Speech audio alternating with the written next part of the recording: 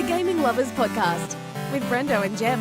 G'day and welcome to the Gaming Lovers. I'm Jem. Greetings, Jem. I'm Brendo, and together we are the Gaming Lovers. Welcome back to the podcast. This is episode 9 of the Gaming Lovers. I can't believe we're already here. Well, the bonus episode we dropped did help boost us along a little bit. Yeah, 9 absolutely. episodes. I know. It's gone so quickly. It's been a lot of fun though. It has been. In today's episode, we are going to be talking about best female protagonists in gaming. But before we get there, we have to cover something that we haven't touched on in a little while. Ooh, is it gaming goals time? Oh, it is.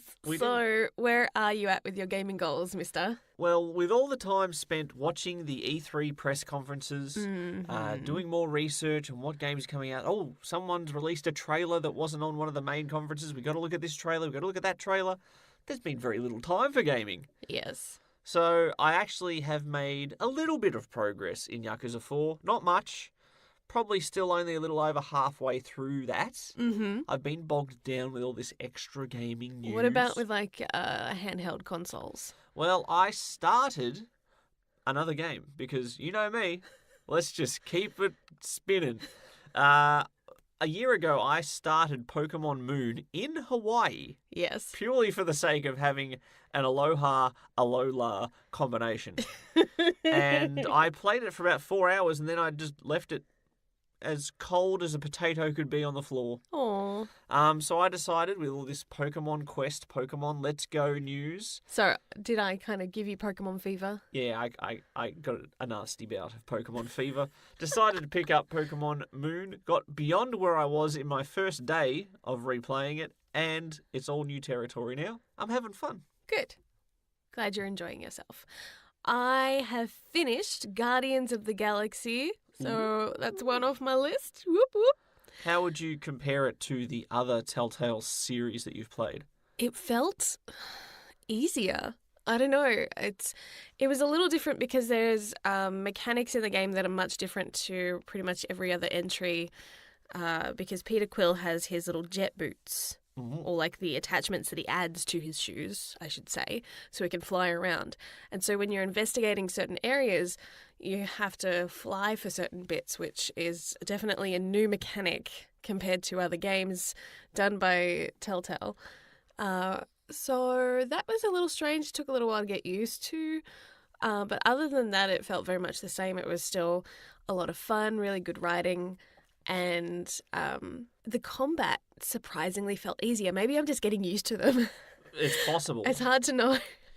Maybe I need to go back and play one of the old ones and see if it's as easy or if it's harder or what the case is. Now, you have played a great number of those series. You've played Batman. You've played Tales from the Borderlands. You've played The Wolf Among Us. Which one of those do you reckon you put as your favourite when you compare it to the Guardians of the Galaxy?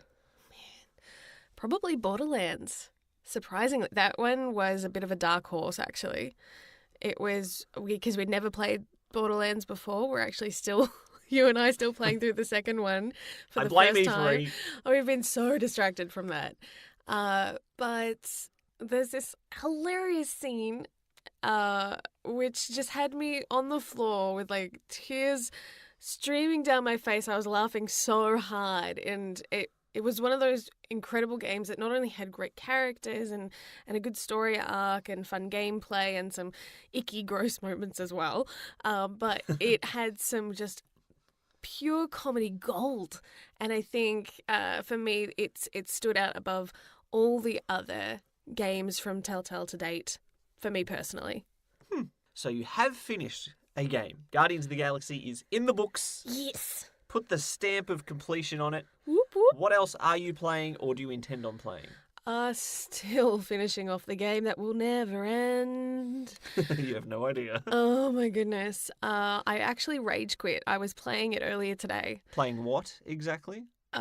Trails of Cold Steel 2. Legend of Heroes. Legend of Trails Heroes. Cold Steel 2. Yes. I was playing that again, and I finally made it through the final dungeon, and I'm in the last boss fight, and it is a beast. And it one-shot my entire party insta-death. Sounds like a Japanese RPG. I got so angry. I had whittled its health down, and then it just went bang, and everyone gone. I'm like, You son of a gun. I hate you so much. And yeah, so I turned off the game immediately and wanted to throw it across the room, but I didn't want to do that to my Vita, so... That voice was edging into Macho Man territory. Oh, yeah. Oh, gosh. Anyway, so I need a bit of a breather, I think, from just that area because I'm just so angry at it. Well, the good thing is with the Vita RPGs, you can sort of chip away at them because you can just suspend the game. So you can play 5 minutes here and 5 minutes there and 10 minutes later in the afternoon and still probably only be about halfway through that fight. Yes. That's the thing, though. It's like it was right near the end and then it just wiped everyone out like it was nothing. And it was like, I hate that. It's so unfair. It's so unfair. Anyway... So, time to get to today's topic. Now, we saw a lot of trailers at E3. Some of them featured female protagonists, and they looked pretty good. Yes. We had the incredible Afrophysics. I'm still hung up on that from the Beyond Good and Evil 2 trailer.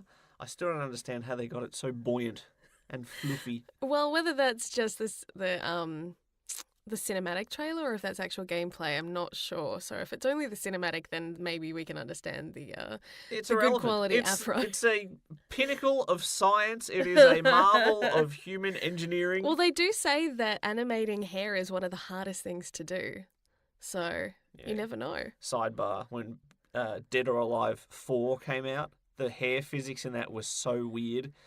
Some of the women looked like they just had a floppy squid on their heads. It was just bizarre. It's funny how that happens in a lot of games actually, where they try to do the long hair and it looks like these weird curled ribbons almost that have a mind of their own floating around as you run around, or paper hair. So some games will deliberately give females very short hair, which works, and sometimes it really doesn't.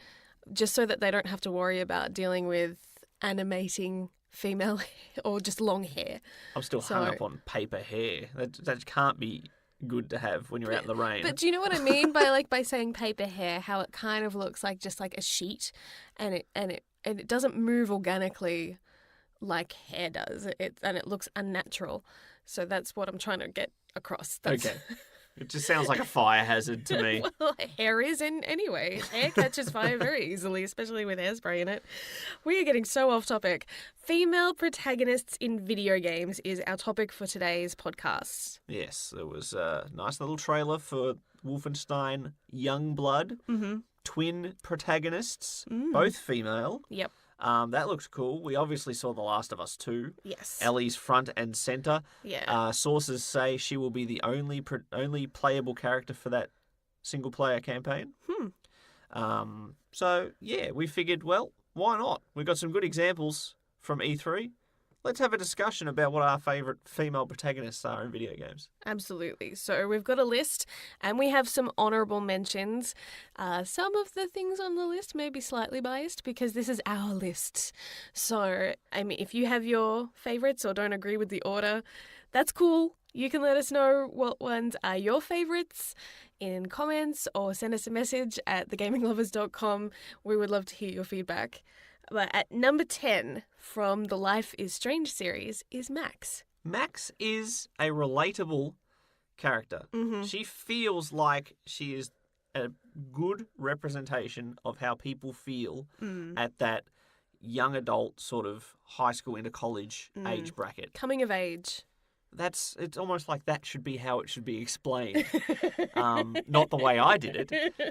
I'm just here to make you more succinct. Max was an awesome character. She had pop culture references from obscure zombie movies in the 80s and things like that. Yeah. Stuff that just resonated with both me and Jem here. It was kind of cool to see her because she has a photographer's eye. Yeah. And I did a lot of photography subjects at that age as well. It made me feel like I was a little girl again. I could relate to Max in some ways of feeling very awkward in high school, of also dealing with a lot of bullies or two-faced friends. Never had to deal with that culture. Like, it's very rare to live on campus. I think she's technically in college that first year.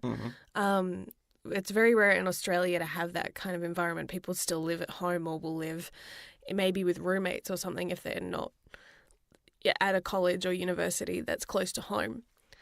What I really liked about Max is that she's not your typical female lead that feels like a guy kind of, but just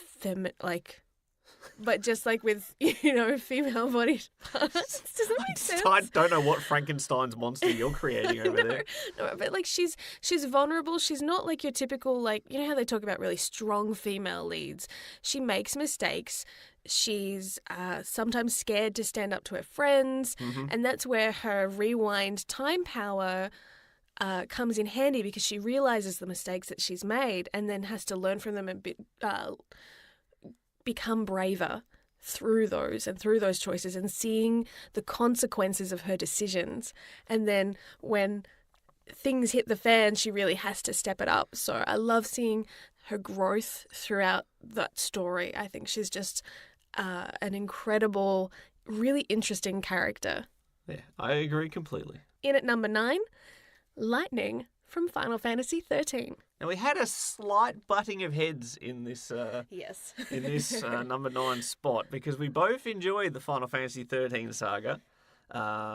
People overall weren't quite as warm to that as we were. Mm. Now, you liked Lightning as your favourite protagonist from that. I liked Sarah, Lightning's sister, from Final Fantasy 13 2. Yeah. And yes, this isn't a maths class, but there is a Final Fantasy 13 2. And then there's another one where Lightning comes back and is again the protagonist. So for me, she is the main protagonist of that series. And that is why I let you have Lightning. But Lightning is kick-ass. Lightning takes no prisoners. Lightning has kind of this dry wit about her, and I think very well acted as well. And I love her hair. You talking paper hair before. No, it doesn't look paperish. Excuse me, hair. Final Fantasy always does beautiful hair. Yeah. So there you go, other gaming developers. If you're looking for good hair in video games, especially in the cutscenes, oh my goodness, just beautiful. And Lightning has that tough facade, but you know she's got some feelings deep inside, because what is her motivation for this journey? Sarah is crystallized. Absolutely. And Lightning goes on a journey to try to prevent that from being permanent. And it feels a little like the storyline for Frozen, only slightly reversed, because it's the older sister saving the younger sister. And then, that kind of gets flipped on its head in the second game. Well, so there you go. I don't know why you came to the connection between Final Fantasy and Disney. That's just absurd. That would never work in the gaming world. Kingdom Hearts 3. I'm sorry, how many times have we talked about Kingdom Hearts 3? January next year. It's happening. It's only been 13 years. I wonder if Lightning will be featured in that, because they talk about all of the Disney worlds and characters that are in it, but there are a lot of Final Fantasy characters that make cameos too. Although there hasn't been that many Final Fantasy main games since Kingdom Hearts 2 came out. Kingdom Hearts 2 came out a long time ago. Yes, it did. Anyway, sidetracked. In at number 8, Chloe Fraser from Uncharted Lost Legacy. Yes, she was a side character, a best supporting actress, if you will, I would say, in Uncharted 2. Yeah. She helped make that game pretty darn great. Yes, she did. And the pseudo-sequel in the Uncharted series, Uncharted Lost Legacy, you play as Chloe, and Nadine Ross, I believe her name is, returns from number 4, and those two have some interesting chemistry. Absolutely. They sort of get along, but they sort of don't. And if you've played any Uncharted game, that's pretty much the crux of all the character relationships. Everything falls apart, never goes according to plan. And that's where the fun comes in, and that's how you have gameplay. But anyway, Chloe is such a great character. She's witty, but she's got such a sharp eye. And whether you've played Uncharted 2 or if you've played Lost Legacy or both, I think you can see her intelligence, but she's also got that little bit of an edge to her. She's a little bit ruthless if she has to be in certain situations. She's kind of a survive at all costs kind of girl. She's intense, she's capable, which is always a good, unlike poor Max, who he said didn't quite have the abilities to do what she wanted to do. No, made a lot of mistakes. Chloe Fraser has the guts to do pretty much anything, and it's her intensity and also like you said, her wit. And when things don't go well, she starts to go, oh, well, here comes the sarcasm. Yes, kind of a defense mechanism. I think one I can relate to well, where you kind of feel cornered, and instead of showing vulnerability, you start spitting out one-liners. As we all do. At least we do. It seems quite common in our household. Number 7, Clementine from The Walking Dead. Yeah, a character that started off as a side character, as a small I'm child. sensing a theme here. Hey, well, it's character development over a series. That's exactly why we love games. True. And with Clementine, you protected her. She was your little treasure that you're like, Clem. keep away zombies, keep away mad humans. This is my precious little girl. Don't attack her. And then Sorry. You triggered. You said the word and it had to come out. let's just well, So Clementine has a lot of growing up, especially in the span of the 3 seasons, and there's a 4th one coming out soon. So we see her from like a little kid, and I think by season 4 she's 17 or something. pretty much adult. Yeah. So wow, our little girl's all grown up. And what a growing up she's had, Yes. involving death, carnage, decay, people turning on her, people attacking, destroying. A very grim life, absolutely. But amidst all of that tragedy, she has a beautiful heart and will want to maintain her moral scruples, where everyone else kind of seems to kind of just make up their own rules and throw any order out the window when it comes to post-apocalyptic worlds. Yeah, unfortunately for you, I think the word scruples is thrown out with the apocalypse as well. I don't think anyone in the Walking Dead universe will use the word scruples. But Clementine really wants to see the best in humanity and will still try her best to guide when she's with groups and with friends to make the right choices and to do the right thing and to be kind rather than be ruthless. And obviously you kind of see she gets a little bit hardened by the tragedies and being betrayed over the course of the seasons, but she's still at her core wanting to do what's right. So I think that's one thing that, like, she really juxtaposes this really harsh environment and the tragedy that surrounds her. She's kind of like this beacon of light. So that's what makes her such a fascinating character. Yep. Who's next? In at number 6 is Jade from Beyond Good and Evil. Oh, Yeah. making her return during the E3 trailer. Yes. Big news. Now, Jade was an interesting one because when they were developing the game, the Ubisoft developer who was responsible said that they wanted to make a real person, not another sexy action woman. And Jade had that. She was a great character to play as. I loved her dialogue, great acting as well. And she did feel like a different type of female protagonist because there's one thing, Lara Croft, spoilers, she'll be up there in this list. Yes. But she is the definition of the sexy action woman. Yeah. Right? She has short shorts, she has big guns, and she has large firearms as well. I was wondering how you're going with that. I'm Not like, what I are you meant to going to touch on? Sorry. Oh, poor Lara's going to cop a few jokes. Poor girl. But going back to Jade. Yeah, there were a lot of tough, firearms, killing carnage, chaos. We're just as tough, we're just as ruthless as the men. Mm-hmm. We can be in action games as well. But that's all cool. But Jade they were trying something different. Mm-hmm. And she's armed with pretty much a camera. That reminds me of a horror game. Which one? Fatal Frame. Fatal Frame. Yeah, no thank you. Anyway, so Jade is back in Beyond Good and Evil 2, and from the trailer that was at E3, it looks like she's made a bit of a heel turn. Ooh, So what does that mean for the non-wrestling fan? Well, that expression, being a heel, has been around long before wrestling. Thank you very much. Yes, but... So if you don't know what heel is, it's basically a bad guy. And it looks like she's gone from being the main hero to potentially being the main antagonist. I guess this is still a little bit of speculation, but that's what the trailer definitely painted for us. it was good in the era that it came out in when Beyond Good and Evil launched, that there was a video game character who was smart, inquisitive, brave, and most importantly, fully clothed. Yes. Oh my goodness, yes. And she wasn't just eye candy. She had a range of expressions, even on the relatively low-res graphics that we had. There was the ability for her to show different facial expressions, and that helped develop her as a character as well. Just a simple facial expression. So that helped to further the portrayal of a new type of female protagonist who was rarely seen back then.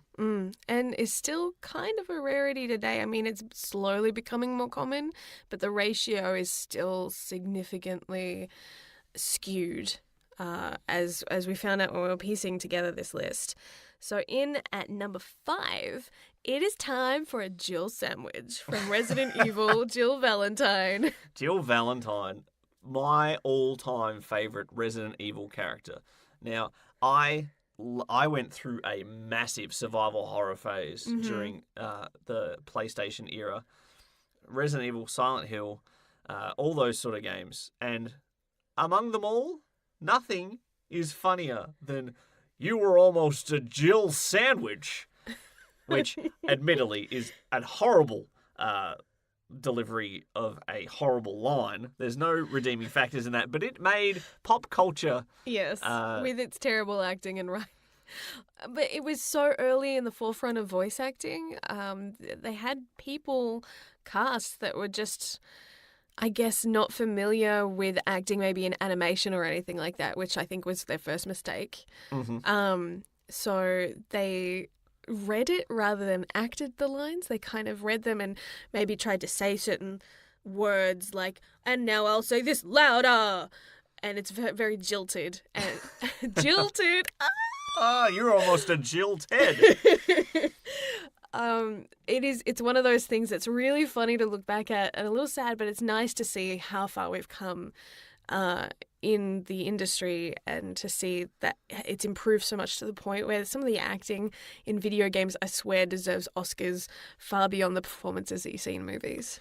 Yeah. Anyway, I got sidetracked again. The cool thing about Resident Evil 1, like whenever people think of a series, number 1, if you started there, if you were in at the ground floor, those characters have a special place in your heart. Yeah. And for me, the best protagonists from any Resident Evil game is always going to be Jill Valentine and Chris Redfield. Yeah.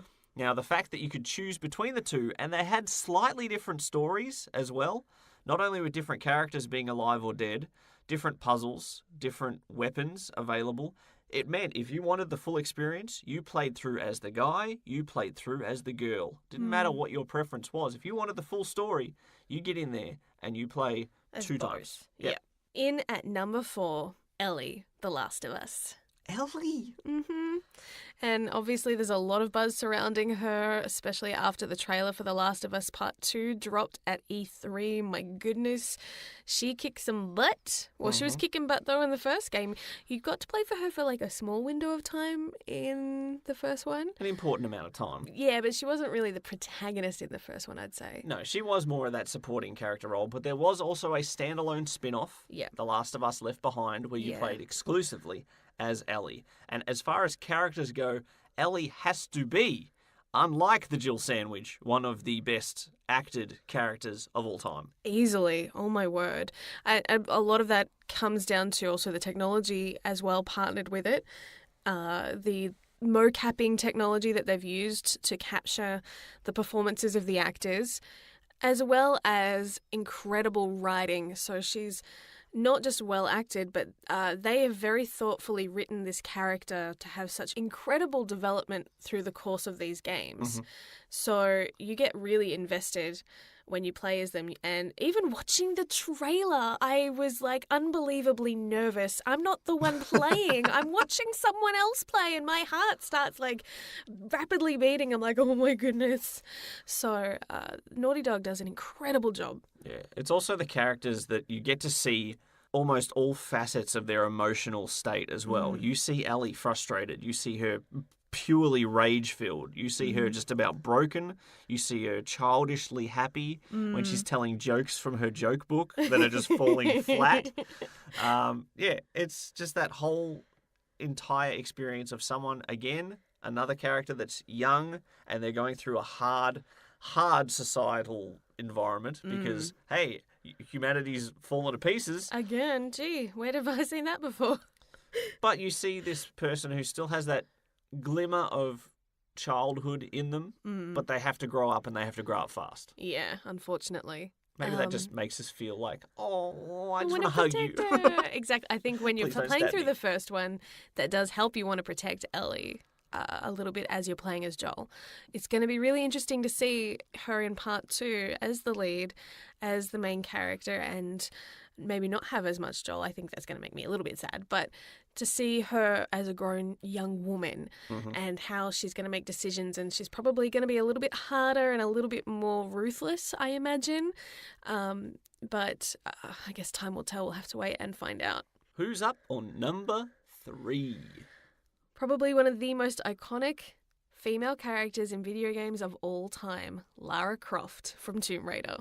Now, Lara Croft has had some staying power. She's had multiple games in the original run of the series, and then we've had reboots. After reboots. Which have also had success. Yes. Sometimes that original series had its high points, it had its low points. Yes. I think it was the first one on the PlayStation 2, Angel of Darkness. Boom! It was terrible. But the fact that a character as, I would even say revolutionary as Lara Croft was in the early days, the fact that there's a new Tomb Raider game coming out now, it feels like the James Bond saga. You know, it's just spans games and years and years and games and years. Absolutely. And it's everybody knows Tomb Raider. Absolutely. And even constant movie remakes as well. True that. I didn't even think of that when we were writing this list. Controversial opinion, I don't think that the Tomb Raider movies suck as bad as some of the other gaming movies out there. Even the ones with Angelina Jolie. We will be talking about video game movies in an upcoming episode. Quite like that original Tomb Raider movie with Jolie. Yeah, Sequel, not so much. I think she looked like the embodiment and like Lara Croft brought to life. I really felt like she was just perfectly cast.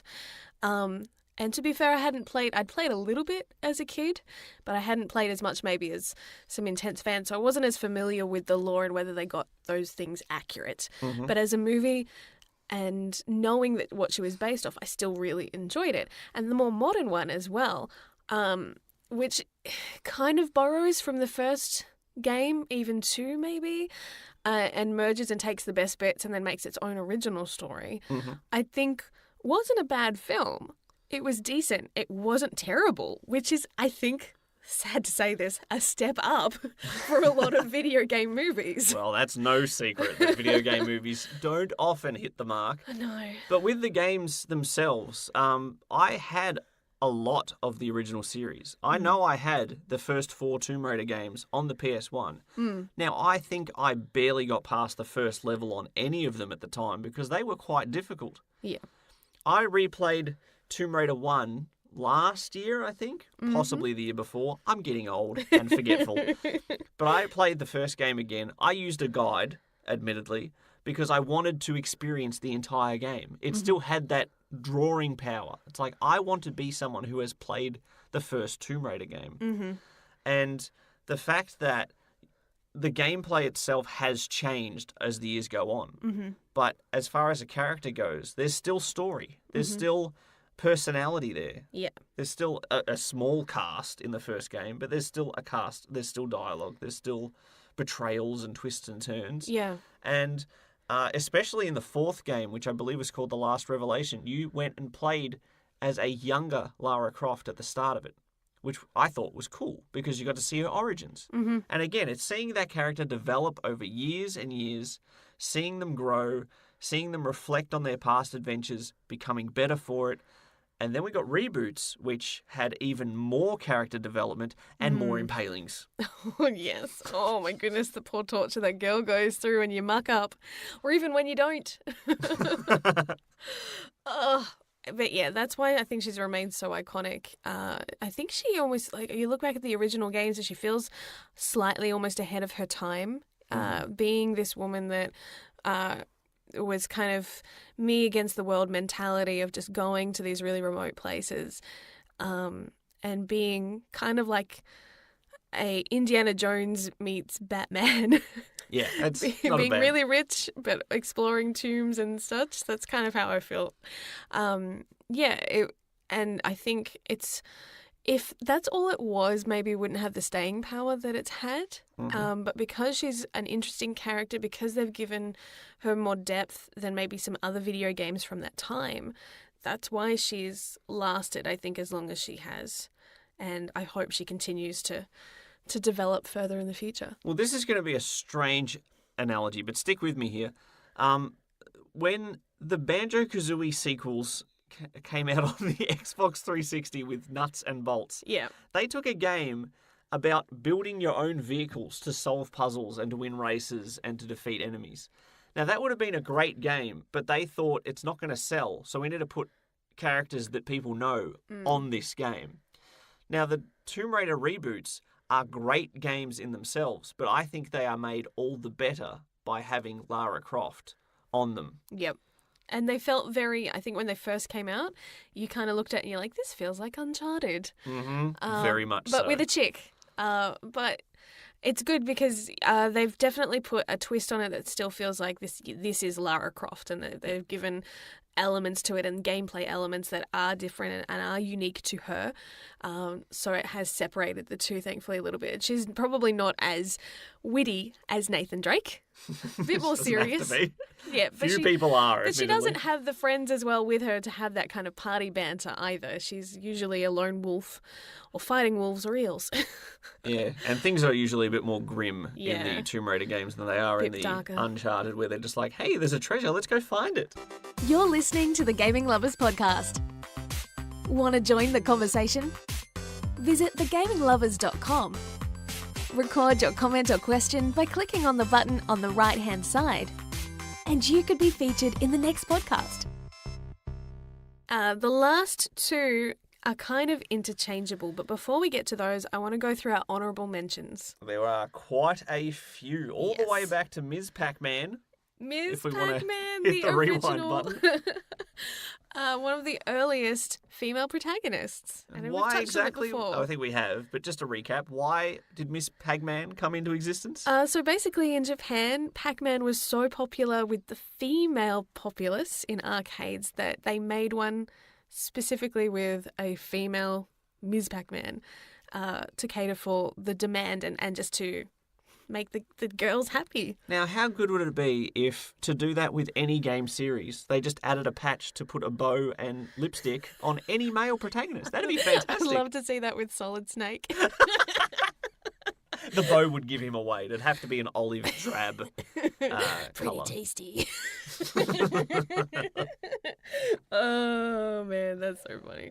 Okay, one of my personal favourites and fairly recent from Danganronpa V3 is Kaede. So it was really nice. I was very excited when I booted this up because the first two in the series you play as guys. So they had a female protagonist. And I'm like, yay! Yeah, a visual novel, murder mystery where you get the first person in a dialogue from a female point of view. Which was really nice. I'm like, cool, I can have all these like discussions and have a different twist, a different perspective when I talk with the guys and girls of the class. So it's going to have a different feel to it than the other games did. So I was very excited for that. We also have to mention Bayonetta. Yes, Bayonetta is a icon. She has multiple games, again with that fast-paced action, over-the-top camera angles, spinning around in slow motion, defeating enemies the size of giant space whales. Yes. I tried to use an animal, but the largest thing I think of was a whale, and they're probably bigger than that. So. Probably. But she ended up in Smash Brothers for the Wii U due to popular demand, which is kind of cool. Yeah. That's the sign a video game character's made it. Absolutely. Then we have Sarah Ryder from Mass Effect Andromeda. Some positive feedback about Andromeda. Oh, what? You can play as either Sarah or Scott, the Ryder twins, and whomever you choose, you go on your adventures with, and the other one is comatose. Lucky them. And Sarah, I really like. She had... Sorry, which one would be the better alternative when it comes to Mass Effect Andromeda? To play through it or to be comatose? Well, they're not comatose for the whole thing. Oh, slight spoilers. It's all right. But no, Sarah I really liked because the voice actress was great. She had a very dry, witty delivery. And despite all of the bugs and the issues with this game, I don't fault any of the voice actors and the performances. I think that they were still solid. So that's where I will give it credit. Okay. See, I can give positive things about Andromeda. See, when I played through Mass Effect Andromeda, and several of the games that we've mentioned, you have the option to play through as a guy or as a girl. Mm-hmm. And I played through as the male protagonist. As Scott. And so Sarah was just a extra character to me. Yeah. Who, like you said, was comatose for majority of the game. Yeah. So that doesn't really help me connect with it. But if I played it again, which would be a big if, because the game wasn't that great, I didn't enjoy it, to be honest. Especially the repetitious what were they called? Caves, dungeons, things. So you've forgotten everything. Yeah, I know. I've forgotten the terms for stuff. Where you have to go unlock things so you can repair the planets. That thing. They're very repetitious. Not Cauldron, that's in Horizon Zero Dawn. Cauldron? Horizon Zero Dawn has cauldrons. Oh, that's and right. And they feel very much the same. They do, but they were done better in Horizon. Anyway, let's get it all out of the way. I know you want to talk about Dragon Age and Mass Effect, so here is your 2 minutes. Start the 2 clock. minutes. Go. Okay, so the female Inquisitor in Dragon Age Inquisition, especially if you choose the British voice, is brilliantly acted. You may recognise her from Mass Effect 3 as Trainer. She's a solid character and you can really feel the burden of leadership in the way that she delivers a lot of her dialogue and how she's kind of weighing the consequences of every time she makes an agreement with someone or makes a heavy choice, that she's contemplated and figuring out how this is going to impact not just the Inquisition but Thetis. So really interesting, well-written character there. Marion Hawke from Dragon Age 2, especially if you choose Sarcastic Hawke. 60 seconds. Oh, are you kidding me? So I usually don't call her Marion Hawke. I like to call her Sarah Hawke because I think it's really funny because people will greet you with, "Good day, Sarah," as you walk around Kirkwall, and so it's really funny. Anyway, side note. But she's very sassy. Doesn't always take everything as seriously as she probably should, but it was really refreshing to play as someone that was very quick-witted and could kick butt to boot. So I really enjoyed that. It's pretty much all we've needed from these video game protagonists. One thing I will say, obviously with those kind of games where you can choose between male or female, there are lots of them that I could mention, like with Dragon Age Origins or with Knights of the Old Republic with the Star Wars series. But with those particular ones, because there's no voice and it feels, those characters feel very vanilla, I guess. Well, there's less emotion because obviously the lines aren't voice acted. Yes. Whereas in games like Mass Effect and games like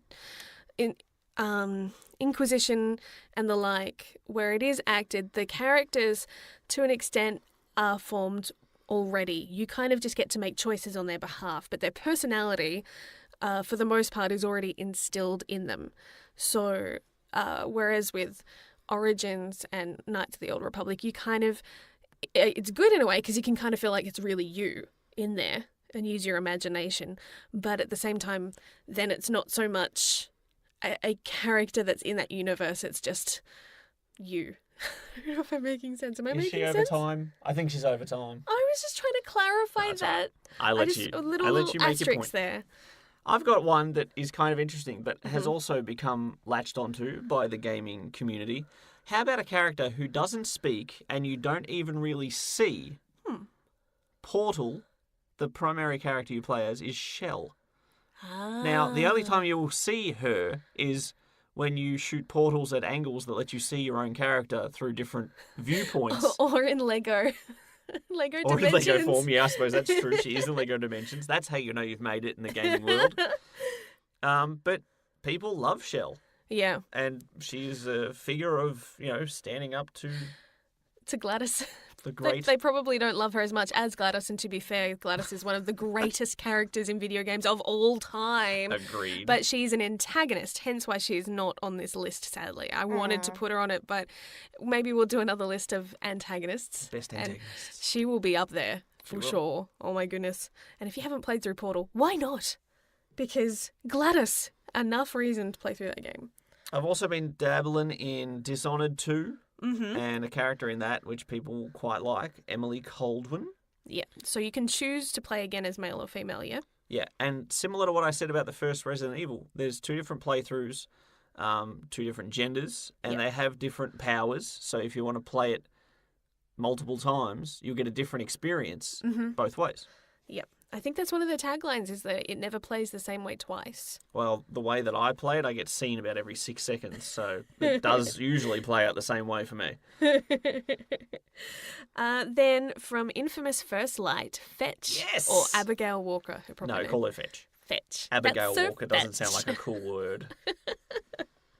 Fetch is cool, and she has one of the coolest superpowers I've ever seen, in that she absorbs neon lights and can run fast. It looks so cool. And I love the way she does graffiti in that game, because she uses the neon powers and so they glow. I'm like, that's rad. Very cool. But she's a really interesting character, and you kind of, in First Light, you get to see her history and how she sadly gets addicted to drugs and the loss of her brother and all that backstory that she alludes to when you're playing through infamous Second Son. Yeah. And it really gives her a lot more depth, and your heart breaks for this poor girl. Yeah, it's kind of cool that you do get to know her as someone else first if you play through the main game, and then because she goes from side character to Main character. protagonist, you get the whole story, which is pretty cool. Faith Connors from Mirror's Edge. Yeah, another character you don't actually get to see that much of because the game's played first person. Yeah. But you see her legs a lot because she runs on buildings. Yep. And in that game, Doing you parkour. actually, if you look around, you can actually see your limbs, which doesn't always happen in first-person No. games. You're just a floating camera with a gun. Oh, and disembodied hands, maybe. Yeah, that's about the most you get. But no, I think one thing, this is going to sound a little strange to say, but it's really refreshing to see not just a female in the lead, but to see some more diversity as well, because video games have a bad habit of having, especially with male protagonists, it tends to be like a Caucasian man with brown hair. There was a meme that went around with like a list of all these protagonists, and they all look identical. Who's from what game? I don't even know anymore. It was almost like a lineup that they use at the police station. So it was really nice to see some diversity of different cultures and different ethnicities as well. So that's one thing that I like about that. Well, I have a honourable mention that has to be mentioned. Yes. But before we do, there is one that you are very, very stuck on. One point that you always bring up, anything Persona related, you always say, yeah, I love Persona, but... And what is that? I love in Persona 3 Portable that you can play as a female protagonist. Normally, especially in the modern Persona, things from Persona 3, 4, and 5 onwards, you could only play as a dude. And in RPGs, I like to have some choice. So when that is robbed from me, I get a little salty. So Persona 3 always holds a dear place in my heart because I can play as Minako or Hamiko if you're playing in the Japanese translation. And she's an interesting character because the Persona 3 protagonist, if you play as the male, is actually kind of dark and a little emo. But she is very upbeat. She's like polar opposite personality. She's very positive and inspires, and you see her change a lot of lives and save some lives in that game that you couldn't as the male. So I really loved her, and I'm kind of sad that in the dancing game that's coming out, it doesn't look like she's going to be featured, but Theo is. Excuse me, he's also not canon. She's off on if it Minako again. is not canon, Theo should not be canon She's too. talking about Persona 3 Portable again. Yeah, I know. Sorry, okay, venting over. You say all that, but let's not forget the key point that you enjoy that. You just like to flirt with the pretty anime boys.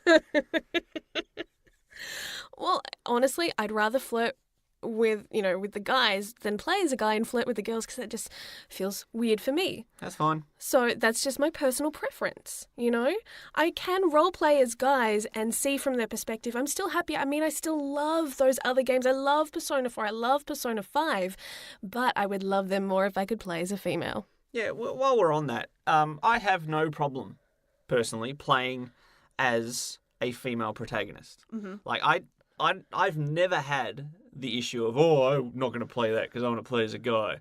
It's just, to me, it's like watching any movie.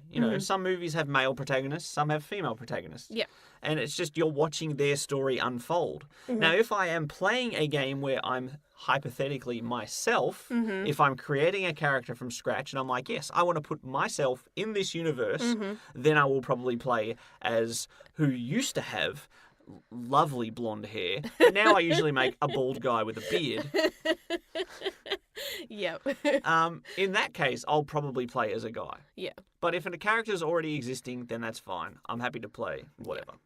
I get that. And, for the most part, I usually am too.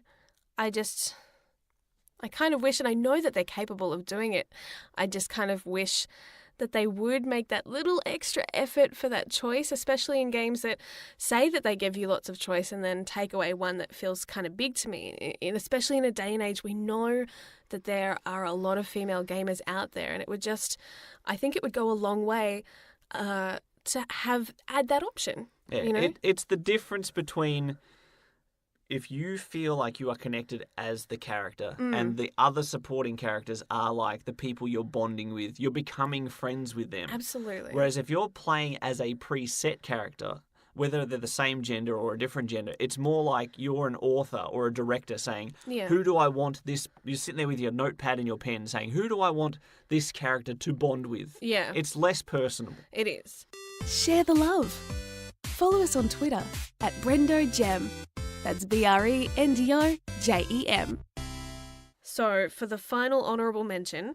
Let's just imagine you've played an entire game where you're a tough as nails space bounty hunter. You've solved puzzles, you've defeated aliens. You get to the end, the credits roll, the character takes off their helmet, and there's a blonde ponytail. What is going on? It's Samus Aran. Are you a woman?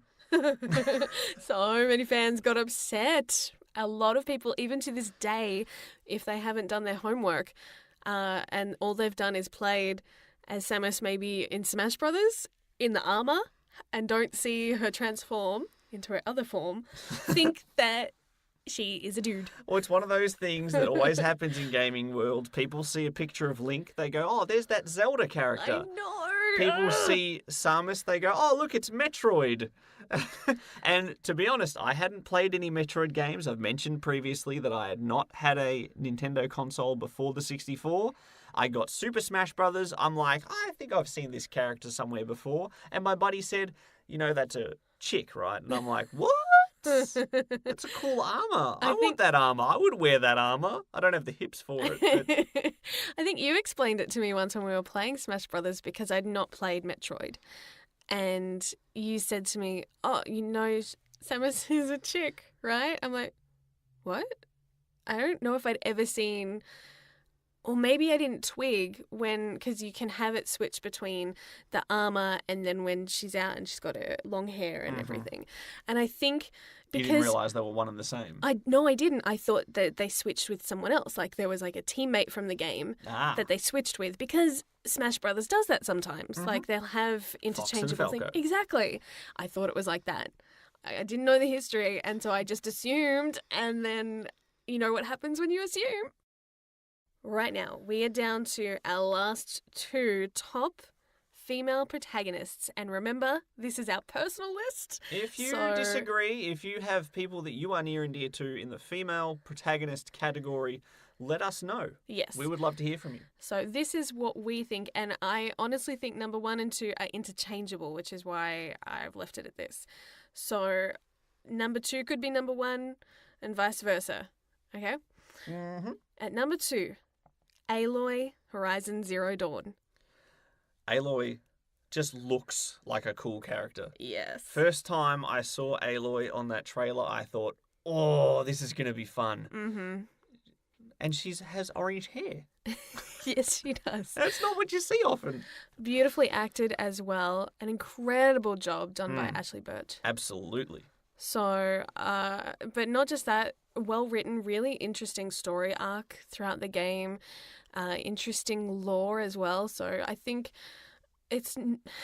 so many things complement each other in this game. It's kind of hard to say one is good without the other, because if the world wasn't good, if the story behind her and the world that she's built into wasn't interesting and wasn't done well, I think that would have been a detriment to her character too.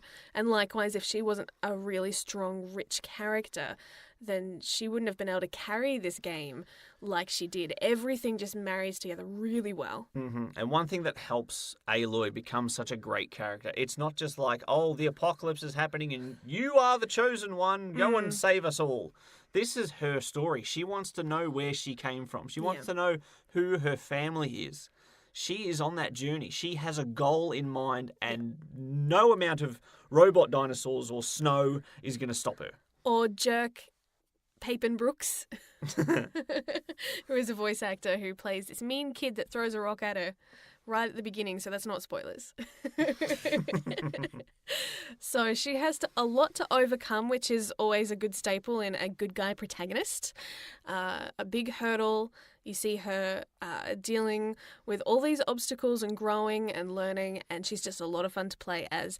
So she's easily up there as one of the greatest, and I'm hoping that this is going to be one of those games that just turns into a long series that goes forever. And what just helps put her over the edge, she is a logically smart character. Yes. She knows the people that she might be working with aren't trustworthy, but she is out of options, but she keeps her suspicions front and center. She doesn't allow herself to be completely blindsided like so many stupid protagonists in games do. And that's the sort of thing we're like, yeah, you're a smart girl. I like this. Instead of making stupid choices where you're going, what are you doing? Don't follow that person into an obvious trap. Yeah. So it was refreshing. She's an admirable role model, which is really great. I love it so much. In at number 1, and again, still interchangeable with number 2, Commander Shepard, or Fem Shep from Mass Effect, the original trilogy. Now, I was originally going to protest this because it's not an established character. It's not a set, this is the character. However, I have played the entire series as a female Commander Shepard, and I can completely demolish my own argument because the female Commander Shepard is a complete character. Yeah, and different from playing as a male.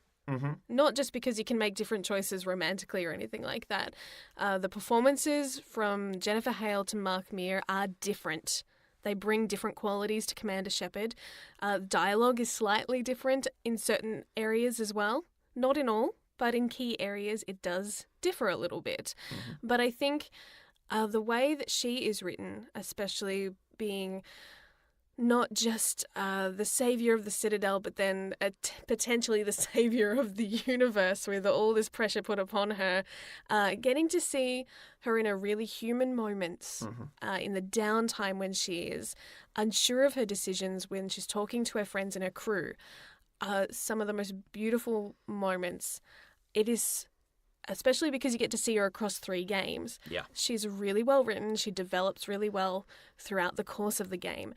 And Jennifer Hale is just the best voice actress ever. Now, the reason I agreed with putting Commander Shepard at the top is that everything, every category, every facet that we've said helps make a good character, makes a good protagonist. This has in spades. Absolutely. Incredibly well performed, as Yes. you said. Tick. Jennifer Hale, you are an absolute legend. Yes. We see character development over series. We see them going from a nobody, basically, to a, okay, you've saved us. And then suddenly everyone's turned their back on them. And you have to see them do that struggle again. Yeah. You see every range of emotion you could possibly have. They make us laugh. They make us cry. They make us bond with the other characters. It feels like a legitimate relationship. It's a two-way street, which is always a good thing with relationships. Every quality that we've said, from Aloy to Clementine, everything, we've seen that over the course of the Mass Effect trilogy with Yep. Commander Shepard. She kind of embodies all of those traits that we love from all the other women that we've mentioned, but in one character. And with that bonus caveat that you still feel like you are Commander Shepard because you can personalize her appearance, maybe not her voice, but you choose you make the choices whether you're Renegade, whether you're Paragon. Those kind of things make you feel a little bit more ownership over her, but she still then feels like her own character because of how she delivers the dialogue and just that personality that comes through as well. Agreed. Is I think the defining what separates her from maybe some other games where you might argue with me over the semantics. Yeah, I wanted to try and keep it as established characters that have been designed. But I could not help but when I thought of my personal favourite female protagonists, who came to my head first? Commander Shepard. So I can't exactly lawyer myself out of this. If that's who came to mind for me, that's who I'm going to put as my number one. She's iconic, and that is why there are so many videos of all those different moments throughout the Mass Effect series. And male Commander Shepard is iconic as well and has some hilarious dialogue that people quote that is specific to him too. But I guess because of how she's written, you could argue that she is a pre-sculpted character. Either it's Renegade or it's Paragon, and it's you choosing which path. Yeah, so it's kind of a little bit up for debate, but because she's so near and dear to me, playing through those games is one of the reasons that I changed my career because of Jennifer Hale's performance in that. That's what made me go from radio to voiceover. So there is a bit of bias. Yeah, that's allowed to put someone at the top of a list if it has changed your entire life. Yes, that is why Commander Shepard is at the top of my list for female gaming protagonists. Well, when you spend about 180 hours over the course of a series with one protagonist, you will bond with them, I think. Times that by 10, given how many playthroughs I have of this series. I wish that was an exaggeration too. It's so not. Oh, the number's so big. Oh, yeah. And I'm sure this list will change throughout time as more games come out and we get to meet new characters. But as it stands today, this is our list, our top 10 favourite female gaming protagonists with plenty of honourable mentions. Let us know if you think we've missed any or if there are any disagreements perhaps with the way that we've ordered it. We're totally up for a debate online. Not even a debate, because this is an opinion, right? Yes, Everyone has their own. And if you want to give us your opinion on who you think the top female gaming protagonists are, thegaminglovers.com, you can leave us a voice message right then and there. You can hit us up on Twitter, Facebook, all our links available at thegaminglovers.com. Before we wrap up this episode of the Gaming Lovers podcast, we've got one last thing to do. And what would that be? We need to establish our gaming goals for this week. More games to play? Yay! My favourite. So currently we're both doing the Days of Play PlayStation Challenge where we're trying to get a trophy every day. So I know that's taking up a bit of our time. I realistically thought I would target all right, what am I going to do? What's a challenge that I can do over the course of an hour or two? This looks like fun. And because things have been so busy, it's basically been, what can I get in 60 seconds in Goat Simulator? And I'll get that for today. Has been a little bit like that. Not every day, thankfully, but there's been a couple of rushed ones. I think there was one day I had 10 minutes to get one. Before midnight. Oh, that was a bit panic stations right there. So I want to finish Cold Steel 2. I know I rage quit, but I did promise before I moved on that I would finish that. I would like to perhaps move on to another one that's on my list that's been there for a while, like Persona Q. Mm-hmm. You do like the Persona series, you do like the characters, and if you put them all in a pot and make them miniature, that's what you would get. Chibi, which, in case you couldn't tell from our artwork on this podcast, we love chibi. We love anime and manga style. Well, me especially. Well, anybody who's out there who doubts that Jem will beat Trails of Cold Steel 2, send her your tweets, encourage her, or heckle her. Whatever will help get her over that finish line. What are you going to finish, hey? Well, I don't know. I don't think I have anything that I can realistically finish in the span of a week. Week. I will continue Yakuza 4. I was going to say 2 for some reason. I'm much beyond that. I am still playing Pokemon Moon. I don't envision I'll be beating that in a week. But what else am I going to play? Maybe a bit of Borderlands. Poor Borderlands 2 has been on the shelf for how long? Yeah, it's been a while. We need to kickstart that back up, I think. Yeah, well, now that E3 is over, we actually have time to play games. Exactly. Instead of just watch games and watch awkward musical performances. That's the other podcast. Sorry. Episodes 7 and 8 if you want to go back to our E3 coverage. I'm going to keep it loosey-goosey. If you have any ideas of what I should play, follow me on Twitter at HyperBrendo. Send me your suggestions. Or if there are things you want to see him live stream, send him a request. You can either watch on Mixer or on YouTube, depending on which console he's streaming off of. Yes. And if you've got a preference on what you'd like to see him play, maybe choose something really scary or stupidly hard, and then laugh at him. Wait, no, because if I say that, then you're going to flip that around on me. I'll find somebody to challenge you to play something spooky. Thanks so much for joining us on the Gaming Lovers podcast. We hope you've enjoyed this episode. I have. If you have an idea of what you'd like to hear us talk about on the next episode of the Gaming Lovers podcast, hit us up on our website, thegaminglovers.com. Bye, Onara. I don't want to say goodbye. I feel like I've really bonded here, and I don't know if I'm ready. See ya. Thanks for listening to the Gaming Lovers podcast. For more episodes or to watch some live stream gaming, visit thegaminglovers.com.